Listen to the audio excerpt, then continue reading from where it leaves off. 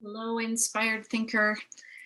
Here we are, end of September. I've been just sitting here quietly thinking about what message do I want to share today? And I look at the calendar, I think, how did it become September 28th? So on September 28th, 2021, we are still in constant flux and uncertainty. And a lot of conversations I'm having right now are about this transition phase and what does that look like to transition into whatever the next iteration of working at the office might look like, working in hybrid teams might look like. So we're still in change and we're still creating our new beginning. Or as we talked about in the last masterclass, the grand reinvention is unfolding. And I've been trying to connect that context to an experience I had on the weekend that I wanted to share with you. And it's back to soccer. So there's just so many great leadership metaphors and learnings from sport. And I am personally super excited to be back on the soccer sidelines watching my 17-year-old daughter play soccer, even if this week that meant standing in torrential downpour for an hour and a half. I didn't care. We were back watching soccer, which we haven't been able to do for the last 18 months. And what really struck me as I watched this team play were two key messages or learnings. And one was this team, this is a team of high performing soccer players. They travel to Vancouver all the time to play Lower Mainland teams. And this team, this Vancouver Island team's experience over their 5 years together has been a team that doesn't win.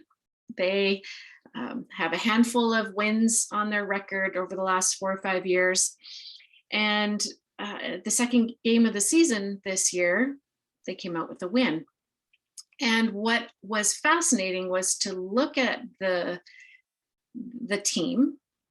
So they have a newish coach, so a leader, new leader. Now he became their leader last year in a pandemic year where they trained a lot, but they didn't play games. So I think of this as his first season taking this team through competitive game environments. And he totally changed things up. The players are in different positions. Some of them are still in their same familiar position, but 3 or 4 key players were moved around dramatically. Like instead of playing defense, they're striker, they're up on the front line, changing up the roles that these players are playing on the soccer pitch. And what a dramatic difference that made. It totally changed the chemistry of the team. It seemed to change the momentum of the game. It elevated their confidence and played to their strengths. So I really was struck by that and thought about it, of course, because I'm always thinking about these things through a leadership lens or a team lens. And as we're transitioning into the grand reinvention of your workplace or your team or the way you work together, my challenge for you is, what's one thing that you can do differently or change up? What can you change up? Can you change up roles a little bit, maybe to lean more to the strengths of different individuals on the team?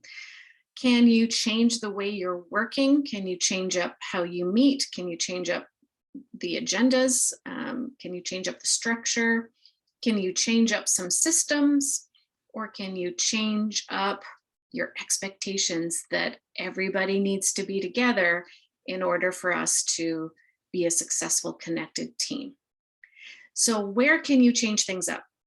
You can think of one thing that you could do differently, change it up and see how that changes the chemistry and the confidence and the momentum of your team. Because it's kind of like everything's going to be different anyway. Like the context is different, the world is different.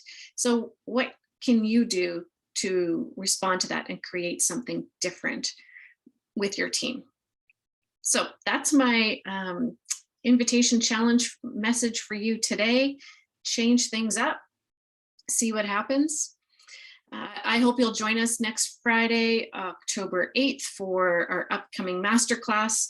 I'm very excited to introduce you to someone new in the Inspired Results Group community, coaching community. So join us there. We're going to talk about coaching, courage, imperfection, vulnerability, all my favorite topics. And we have our Fall Dare to Lead. We are actually almost full with that. So there's a few spots left. If you feel like, okay, now's the time. I've been thinking about this for months or years. I am really ready or a little bit nervous, but this is the time to get braver. There's an amazing group of people coming together in this cohort, and I hope you'll join us. It's going to be vulnerable and it's going to be special. So I hope you'll join us there. Have a great rest of September. I hope you choose something meaningful to do on National Truth and Reconciliation Day. My hope is to head out on a bike ride through Victoria, join an event where we're cycling through Victoria, looking at Indigenous landmarks and hearing from speakers at these different locations in Victoria to learn more. So I hope to have some learning to share with you from that experience. Take care of yourselves, and I will see you in October.